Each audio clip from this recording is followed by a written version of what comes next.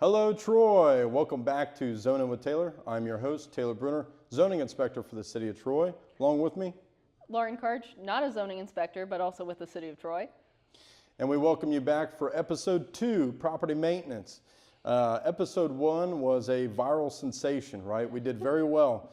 Appreciate all the feedback. We got a lot of good emails. A ton of people shared it. We had over 10,000 impressions on Facebook, so very impressed by that. My personal LinkedIn, we had over 1,300 impressions. And then on the actual video itself, we have 300 views. So thank you for those that sat and watched the video. We truly appreciate it. Again, you can always email us for any kind of feedback. That's the best way to communicate. I do want to shout out my niece. I think she's watched episode 1 50 times. So yeah, that was great. But thank you, Troy High School. Thank you, Mr. Owen, for helping out.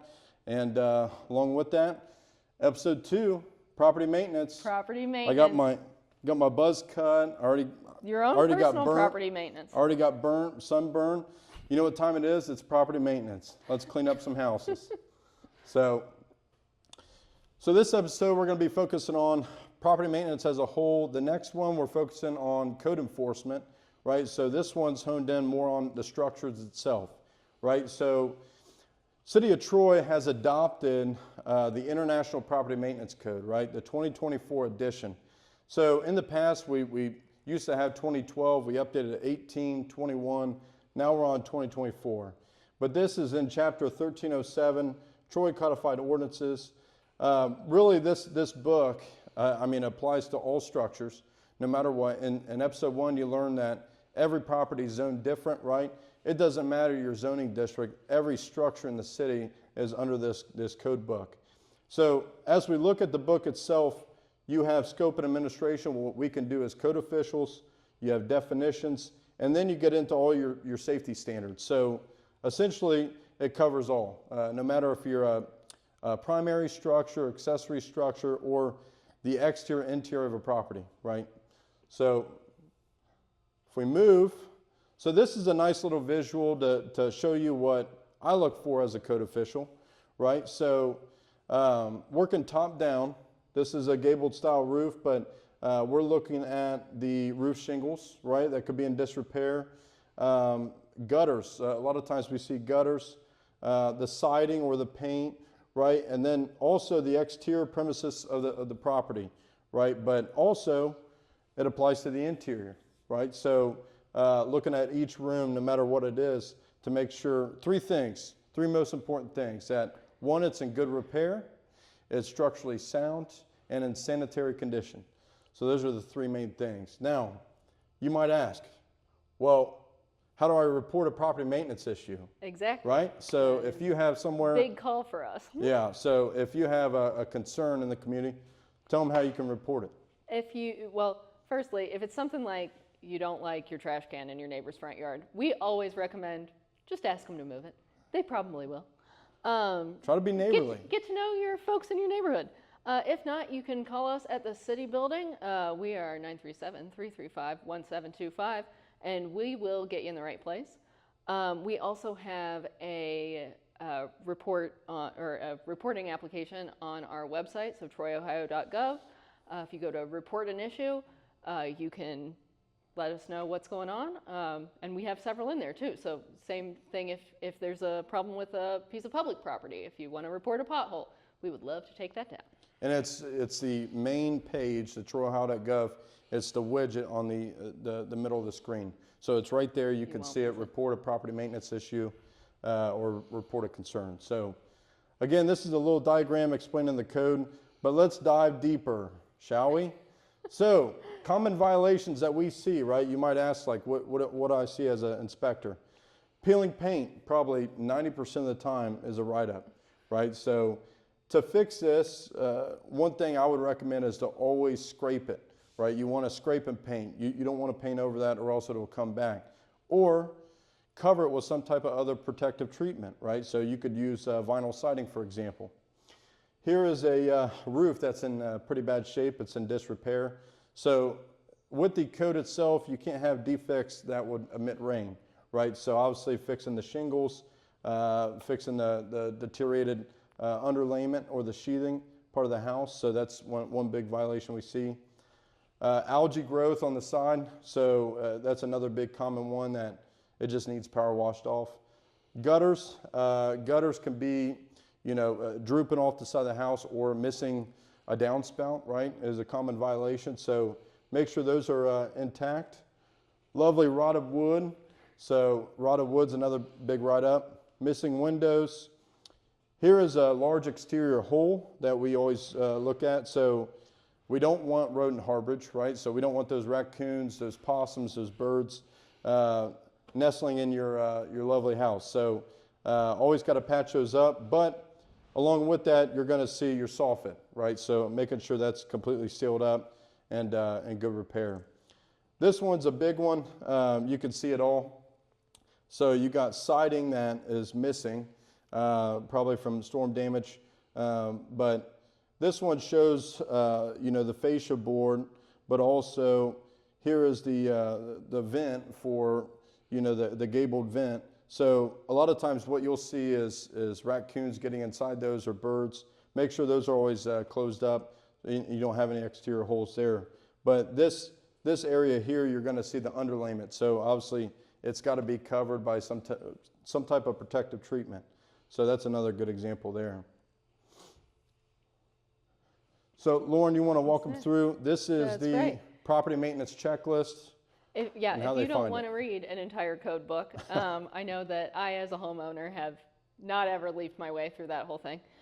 We do have online, if you go to troyohio.gov/planning, we have a checklist that makes it pretty easy for those of us who aren't in the trades to walk through and kind of make sure you've got everything that you need to have to avoid a code violation. So, so we've got it divided into exterior of structures and then your outside stuff.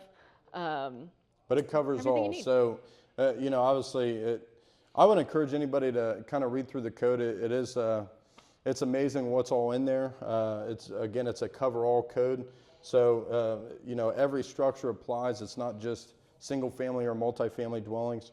But, it's important checkoffs, for the summer. And again, with property maintenance, we don't expect everything to be done on a weekend, right? We always want to see continual progress. We don't want to see houses or structures that are deteriorated over time. So again, always have an established work plan for the structure that you occupy, even as a business owner, right? Or living in your house. So again, we don't want you to sit and deteriorate. We want to see continual progress. Okay, springtime reminders. Lauren just posted this. So what are we talking about with springtime reminders? This is where this is probably the call that I know up in the main office we get a lot of, my neighbor's grass is too high. So I know that if your grass is over 10 inches, it's a violation. It's a violation. We send that out to you. And then we've got, junk and debris in the yard, cars parked that aren't movable, and fences falling apart. Just all the kind of stuff that, we'd encourage you to take a walk around your house, especially after some of these recent storms. Make sure you're in good condition. So a lot of times, we were talking, people will notice a car or a trailer out in the street and say it hasn't moved for, a week or two. Well, so that is more of a police matter, right? They enforce the public right of way. If it is on private property, it is my problem in zoning, right? So please report accordingly. But if you do see somebody out in the right of way, not parked correctly, or if it's been sitting out there a long time, that is entirely a police matter. But that's a big question that people always refer to. Now, Dime Mill Road facility's back open. So you have those springtime projects. Here's a place that we can take it to for free for Troy residents. That's true. You want to run them through? New hours. Yeah, they changed the hours. Yeah. They have mulch on sale. And then you want to kind of run through. Yeah, it's so the Dime Mill Road compost facility, it is owned by the city of Troy. We also have an agreement with Tip City, so it's for Troy and Tip City residents. If you live out in the county, you'll have to find somewhere else to go. But but for our Troy and Tip City residents, they can take most of your yard waste, any kind of brush, tree stumps, any of the stuff that you might be thinking of, filling the back of your truck up with, and you don't want to necessarily put it in your yard waste bag on the curb. We'll take that for free. A couple things they can't take: we can no longer do concrete out at the Dye Mill Road facility, and they can't take any food waste. So those are kind of the big ones. And no, just regular trash. Just go ahead and put that in your Now, regular trash. You might ask, well, where do I take it, right? So off 25A, you have the Miami County Transfer Station. So they will accept it. There is certain materials that they won't, but always look at their website. But the Miami County Transfer Station is another good resource. You do pay by the ton, right? So, you know, it's not a free drop-off, but it is another resource to have in this community. Yeah. Lots of, you know, like junk haulers that work privately too. So that's one question we get. If you've got, you know, if you've got like one large item, we can typically pick that up as part of our special trash collection. If you're doing a whole house clean out, you might need to find a different resource there. And another good note, so the spring cleanup is done. So that was a pretty successful week. Kept us busy as a city, but remember, you know, that's a one-time thing. So, you know, now everything has to be in compliance, right? Everything has to be stored in a trash can receptacle or recycling receptacle. No bags on the outside of it. Brush has to be, you know, cut to size, 4-foot lengths, 4-inch diameter, wrapped with twine. But we do accept special trash items. That's available on our website. So I encourage you to look at that. Public right-of-way. So. It's primary season. Yep, We're already starting to see some of them. I think I've seen some. I know. Some right now signs. is a good time to talk about the public right-of-way. Obviously, people are going to have garage sales. You know, companies are going to have different marketing initiatives that they want to do. So it's important to note no sign whatsoever is allowed in our public right-of-way. And so here's a little diagram that shows the public right-of-way. It's typically the sidewalk down, right? So or your sidewalk to the sidewalk across the street. Yeah, or telephone pole to telephone pole. But there is different areas that are different sizes, right? So it could be a 70-foot right-of-way. It could be a 10-foot alley. It doesn't matter. So no sign whatsoever allowed in our public right-of-way. And really, you know, public right-of-way is just a dedicated piece of land used for public access, right? But the city has every right to come through there, to maintain, to operate, to make improvements. It is our dedicated land for our public use. Now, one important note I did want to mention, so oftentimes I get this with property maintenance. So the sidewalk, the curb lawn, the curb, the gutter plate is in our right-of-way. However, you as a property owner are responsible for maintaining it. So, yeah, we have a right to go through there, but you as a property owner have to maintain that area. Speaking of sidewalks, how many basketball hoops have you taken out this year? Probably a handful. So that's one we get a lot of questions on. Yeah, basketball hoops. The only thing that we ask is we don't mind if you drag them out and play on them, but at the end of the day, bring them back up to private property. And so again, no basketball hoops on our sidewalk, the curb lawn, or the street left out overnight. And yeah, basically keeping the street clear and the sidewalks clear. Again, because people have strollers, people have mobility aids, whatnot. Yeah, whatever. Want to be able to walk down the sidewalk. If I can get it. All right. So, if you live here in Troy, obviously we have a big project going on. It is our ODOT State Route 41 safety improvement project. So, we've been getting phone calls. You know, why is it taking so long to get over the bridge? What's going on? So. In our 41 interchange, ODOT is making, you know, certain safety improvements, extending out the ramp, the northbound 75 ramp, adding in sidewalk, replacing traffic lights, et cetera. So a ton is going on. I would like to note, so with a state project such as this, you can always visit transportation.ohio.gov and / projects, and then type in this number here. So this is the project ID. 118156. So that'll pull up the entire project, all the supporting documents.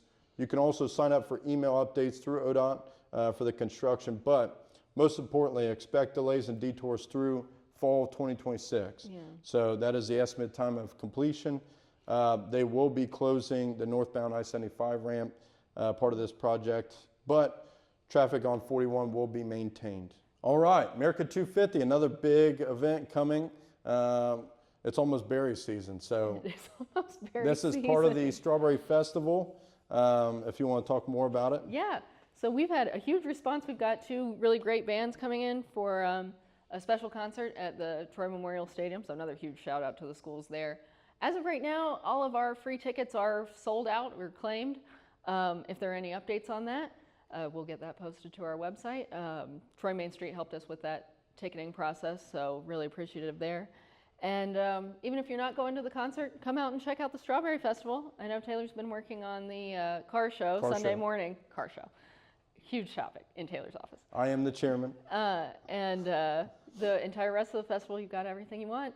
I'm a big fan. I don't know. I'm controversial on the donuts. People love them or hate them. I'm going to say I love them because I don't want to make any enemies here. But I think my favorite is probably the shortcakes. Heck yeah.